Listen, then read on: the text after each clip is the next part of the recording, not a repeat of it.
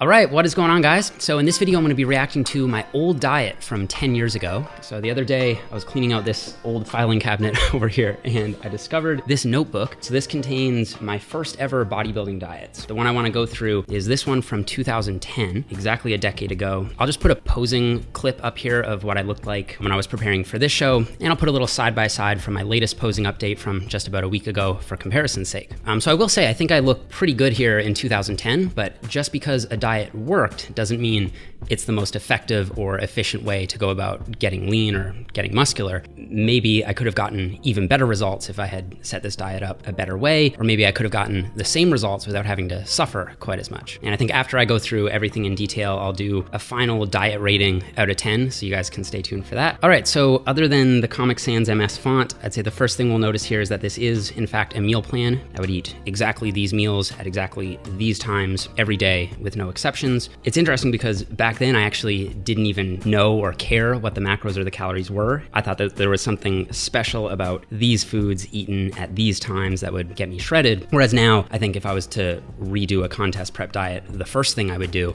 is figure out what the calories and the macros are. But I was curious, so I did, before recording here, just tally up the macros of this diet. So I'll put them up here on the screen for you guys. Now, what stands out to me with these macros first is just how high the protein is. Eating 265 grams of protein is just overkill, to say the least. And the fats here are particularly concerning. Only 13% of calories are coming from fats. I like to set fats at a minimum of at least 15 to 20% of total calories. And the reason for that is lower fat intakes have been associated with reductions in testosterone, which is obviously not good for overall health, but also not good for retaining muscle. Generally, I'm somewhere in the 40 to 60 gram range on a contest prep diet. As for the carbs and calories, I would say the carbs could be a little bit higher, but this might just be a necessary evil of getting shredded. That isn't something I'd broadly recommend, but if you want to get shredded, that might just be something that you have to do. And I would say the goal when setting up your calories is to keep them as high as you can while still losing at the appropriate rate. So you want to be losing about 1% of body weight per week while keeping calories as high as possible.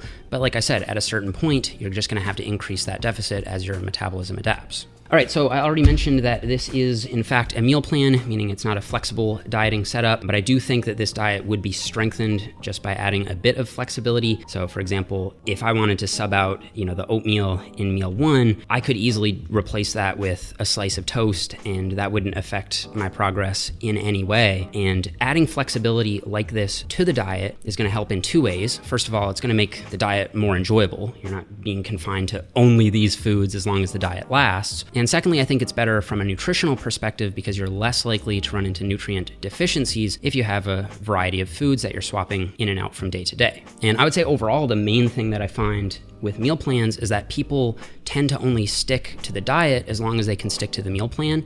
So unless you plan on staying on the meal plan forever, what are you gonna do once you come off it? And so I would say to start by calculating the macros, calculating the calories, so then you know how to adjust your nutrition once the diet is over. All right, so let's quickly go through this meal by meal. So the first meal here, you'll see eaten at 7 a.m. after 30 minutes of cardio on an empty stomach. So at the time I wrote this meal plan, I obviously thought there was something special about fasted cardio when it comes to fat loss. I don't think that's true anymore. Research shows that even though you do burn more fat when doing cardio fasted, whatever substrate you burn more of during the cardio session itself, you'll burn less of over the next 24 hours. And the latest systematic review that we have on this has pretty much written this off as a myth. So I think you should just do cardio whenever it best fits your schedule or when you feel like you have the best energy. And if that happens to be first thing in the morning on an empty stomach, then that's totally fine, but there's nothing particularly special about doing it at this time of day. All right, so overall, there's a pretty standard bodybuilding breakfast. You've got egg whites, oatmeal, and I would probably get rid of the whey protein powder. That's a bit more protein overkill there. And I would probably replace that with a piece of fruit, like a banana or an apple or something. The whole flax seeds here, I find this really interesting because I totally forgot that I used to do this, but I used to take a tablespoon of whole flax seeds and just pound that back with my protein shake. But I think I used to think that there was something special about flax seeds, that they had this unique fat burning power or whatever. That's definitely not true. But I also can't hate on flax seeds because they are extremely nutritious. They're a great source of omega-3s, high in fiber, just an overall nutritious food. However, the thing is, if you're eating whole flax seeds, the shell that surrounds the seed itself isn't easily digested. So if you're gonna eat them whole, you wanna make sure that you're really grinding the seed down, or you can just buy them ground to begin with. Now, if I'm being honest, I would probably replace these flax seeds with a different fat source at this point. So I could replace it with, like, say, a whole egg or some avocado, even some nuts or a nut butter or something like that. You know, you could leave the flax seeds in once or twice a week, but you could easily rotate those food sources in and out. Okay, so the next meal here, we've got a scoop of whey protein and 100 grams of broccoli. Really, Jeff? Broccoli and whey protein? What's wrong with that? So 10 a.m. was when my lecture would start. I was in university at the time. I was so stubborn that I wouldn't eat this meal at like 9:57. It would have to be exactly at 10 a.m. So the professor would get up and start lecturing. I would take out the protein shake that up, glug, glug, glug, glug, glug, and then I would start chomping down on the raw broccoli. In retrospect, I think there's nothing necessarily wrong with this meal. It just doesn't need to be eaten at exactly that time. I would probably replace the broccoli with like a low-calorie fruit, something like a peach, a plum, or a pear, or even a kiwi. Just make the meal more enjoyable. And you could add some nuts or something like some salted almonds to this meal to make it a little bit more well-rounded. Okay, so after that, we've got 2 meals of pretty much just chicken and broccoli. There's some fish oil in there. I think I'm gonna save the supplement stuff for another video, so I have my full supplements sheet here as well. It's a doozy, so if you guys would like to see me cover that, I can do that. I've got nothing against the fish oil caps. I think they fit in there decently well. The main issue I have with this is the pre-workout meal. Other than the fibrous carbs from the broccoli, there's no carb source here that can be used to fuel training. I think this is the biggest violation so far, other than the Comic Sans font. This is the worst part of the diet so far. If you look, you'll see in meal 5, I've got 180 grams of sweet potato. So what I would do is just take that sweet potato and either cut it in half and put equal amounts of carbs in the pre and post-workout meals, or just take all of it and lump it in the pre-workout meal. Because in my opinion, the pre-workout meal is the most important meal of the day, because ultimately training is what's gonna get the anabolic machinery going and help you preserve or build muscle while dieting. And the fact that I only ate chicken and broccoli just isn't a good choice. And also, I would probably just get rid of that broccoli altogether, because that can give you kind of bloating or gas or just general discomfort during training, which is not ideal for performance either. And there's no need to have a fibrous vegetable like that before training. All right, so after that, it looks like I would have a scoop of whey protein again. Now, I think this is totally redundant. The best evidence that we have on peri-workout nutrition says that the anabolic window around training is probably about 4 to 5 hours in length. So if I ate my pre-workout meal at 5 p.m. and then I've got my next whole food meal scheduled for 7:30, the amino acids from the pre-workout meal, from the chicken breast, are still gonna be in my bloodstream. So to throw some more amino acids at the bloodstream right after the workout is pretty futile. I would say to just wait until that post-workout whole food meal, and that'll have all the bases covered when it comes to post-workout nutrition. So when it comes to that post-workout meal, this is probably my favorite meal of the day. I think this is a good, well-rounded meal. I like the 2 cups of mixed veggies, so it's not just broccoli. I've got some peppers. I used to have some yellow peppers, red peppers, and green peppers, onions, and mushrooms. And then the tilapia is a fine choice. It's a very lean fish. It's interesting because at the time, everyone thought tilapia was like a special bodybuilding food, like it somehow had these properties that would allow it to really thin out your skin or really dry you out. That's just bodybuilding folklore. There's no truth to that. So you could easily replace that tilapia with any other fish, or really any protein source for that matter. I would probably replace it with salmon, just because I think the healthy fats from the salmon would kind of negate the supplementation of fish oils. You wouldn't have to eat that every day, but it is a more appetizing fish in my opinion as well.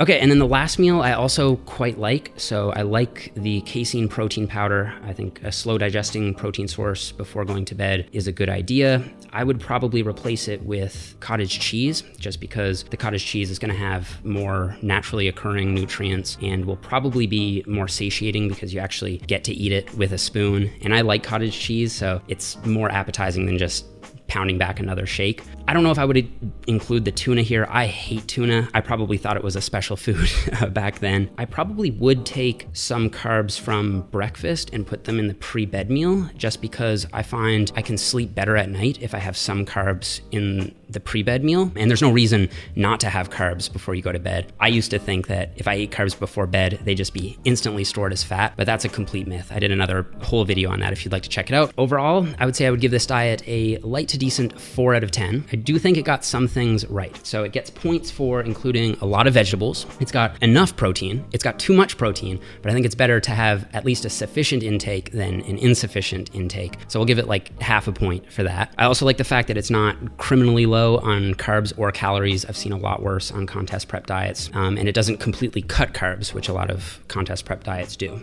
So it gets some points for those things, but it also loses some points. So it loses a couple points for not being nearly flexible enough. So it's too rigid when it comes to the actual food choices and the timing of those foods. I think it's way too low on fat. I'd add at least another 10 to 15 grams of fat per day. I really am not a fan of the suboptimal pre-workout nutrition with no carbs and the broccoli there. Not so much a fan of the fasted cardio. It's not really a bad thing. It's just, again, not necessary. I'd definitely like to see some more fruit. So there's no fruit in this diet, probably because I thought sugar would be instantly stored as fat, but that's definitely not true. And I'd like to see more variety in general. So I'd like to see some beans, some legumes, some nuts, and maybe some other grains like some breads or cereals or what have you. I think that would just make the diet much more nutritionally complete. And I think I'm gonna leave it at that for this one. If you guys would like to see my thoughts on all of my supplements list, I'll put it up here. Just comment down below and let me know if there's enough people interested. I'll do another video like this on that. Also, I'll put a button over here to my ultimate guide to body recomposition that lays out my full stance on nutrition, calculating macros, supplements, sleep. Everything in there is covered in so much more detail than what I've ever done on the channel. So if you'd like to check that out, hit up the button over here. I'll also link it down below.